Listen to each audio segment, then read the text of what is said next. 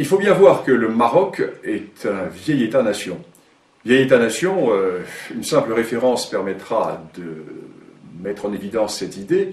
Quand Hugues Capet est élu roi de France en 987, la monarchie marocaine a déjà quasiment 2 siècles d'existence. Donc c'est un vieux royaume, un vieil empire, et ce vieux royaume, ce vieil empire, a été très largement amputé pendant la période coloniale.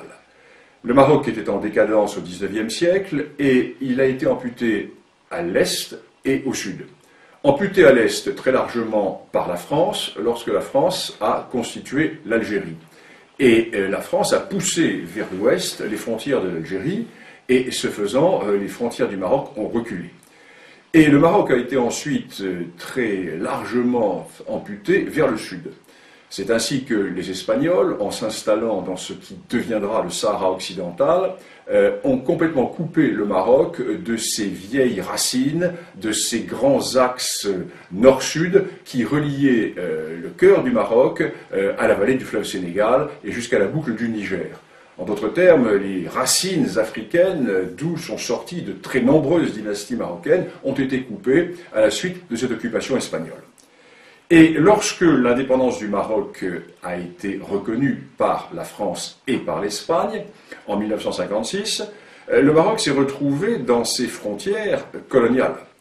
Un contentieux a éclaté avec l'Algérie, car il faut bien voir que toute une partie de l'Est marocain de l'Est marocain était rattachée à l'Algérie, et jusqu'à la région de Colombéchar. Colombéchar est une localité qui était historiquement marocaine. De même Tindouf. Et restait au Maroc à récupérer toute la partie sud qui était territoire espagnol, Sahara occidental. Les Espagnols hésitaient à donner l'indépendance à la région, et les Espagnols ont traîné les pieds. Ce qui fait que le roi du Maroc, Hassan II, s'est tourné vers la Cour internationale de justice et a posé la question suivante, quels étaient les droits historiques du Maroc dans ce Sahara occidental? En effet, les Espagnols voulaient créer la fiction d'une entité sahraoui de façon à créer au sud du Maroc un État totalement artificiel, mais qui, pour survivre, devrait se tourner vers Madrid. Donc, les Espagnols comptaient rester par le biais de cet État fragile, dépendant de l'Espagne. Quant à l'Algérie, qui a toujours nourri une certaine, je ne dirais pas une certaine jalousie, le terme serait trop fort, mais une certaine envie vis-à-vis du Maroc. Pourquoi? Nous sommes là au cœur de la grande question du Maghreb. Il y a un État-nation dans le Maghreb, c'est le Maroc. La Tunisie également. Mais l'Algérie n'a jamais existé. L'Algérie est une création française. Lorsque la France arrive en Algérie, l'Algérie est une dépendance turque, totalement dissociée. Historiquement, il n'y a pas de nation algérienne. Il y a certes un royaume de Tlemcen, il y a certes des entités ici ou là, mais il n'y a pas d'État algérien. Et l'Algérie a toujours nourri vis-à-vis du Maroc une sorte de complexe d'infériorité. Et l'Algérie ne voulait absolument pas que le Maroc puisse récupérer le Sahara occidental. Pourquoi? Mais il suffit de regarder une carte. L'Algérie est un État accroché au littoral méditerranéen du nord de l'Afrique, avec un énorme appendice qui s'avance vers le sud, à travers le Sahara, appendice totalement artificiellement rattaché à l'Algérie par le général de Gaulle, alors que le Sahara n'a jamais été algérien, puisque l'Algérie n'a jamais existé. Et cette Algérie est donc géopolitiquement coincée dans la Méditerranée. Alors que son voisin marocain, qui ne dispose pas de ces richesses, a lui une immense façade atlantique. Et la récupération du Sahara occidental fait que le Maroc se retrouve avec plusieurs milliers de kilomètres de littoral atlantique, ce qui fait que le Maroc est totalement tourné vers le grand large. Le Maroc est totalement tourné vers cet océan des grands contacts océaniques. Ce qui fait que l'Algérie se trouve coincée dans cette Méditerranée, qui est un lac.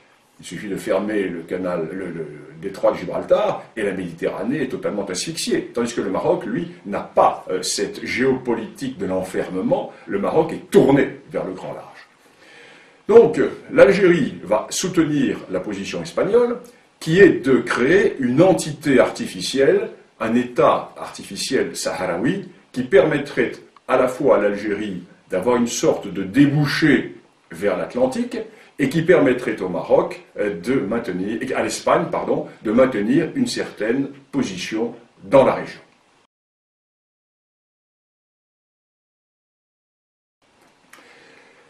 Historiquement parlant, la revendication marocaine est absolument incontestable. Elle est incontestable pourquoi?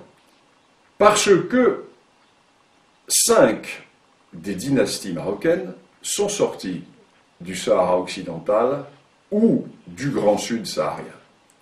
C'est un premier élément. La première de ces dynasties, c'est celle des Almohavides. Les Almohavides qui vont du fleuve Sénégal jusqu'au centre de l'Espagne constituaient ce que l'on a appelé l'empire des deux rives, qui était un empire marocain. Je ne vais pas rentrer dans le détail des dynasties marocaines, mais la plupart des dynasties viennent du Grand Sud.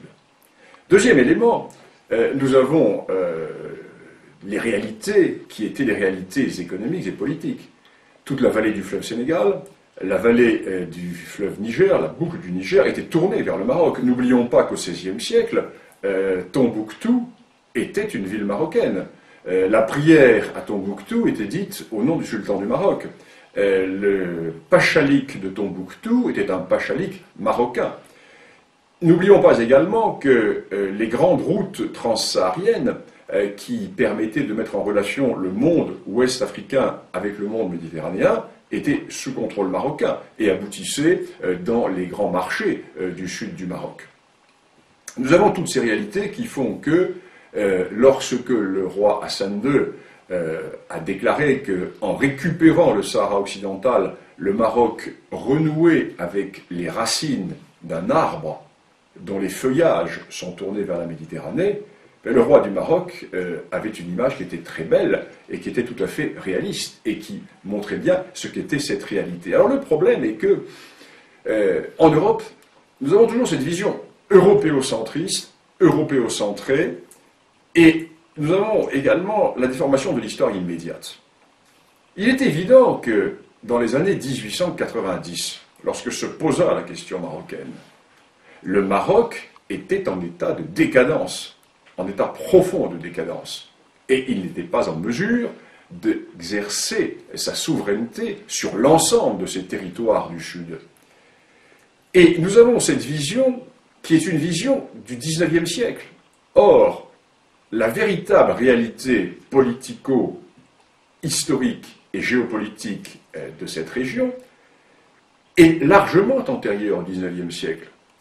Ce qui fait que si nous faisons un peu d'histoire, et c'est l'intérêt de cette discipline, si nous faisons un peu d'histoire, nous constatons que, par le passé, le Maroc, effectivement, avait des droits qui s'étendaient, j'allais dire, bien au-delà du Sahara occidental, qu'il a récupéré depuis 35 ans, car, sans déplaire à nos amis mauritaniens, nous devons également reconnaître que la Mauritanie n'a jamais existé, et que la Mauritanie actuelle a été, du moins dans sa partie nord, très largement une dépendance marocaine jusqu'au début du XIXe siècle, puisque les émirs des tribus du nord de la Mauritanie étaient investis par le sultan du Maroc. Alors nous sommes là dans une réalité tout à fait intéressante qui fait que le Maroc, puissance continentale, se retrouve être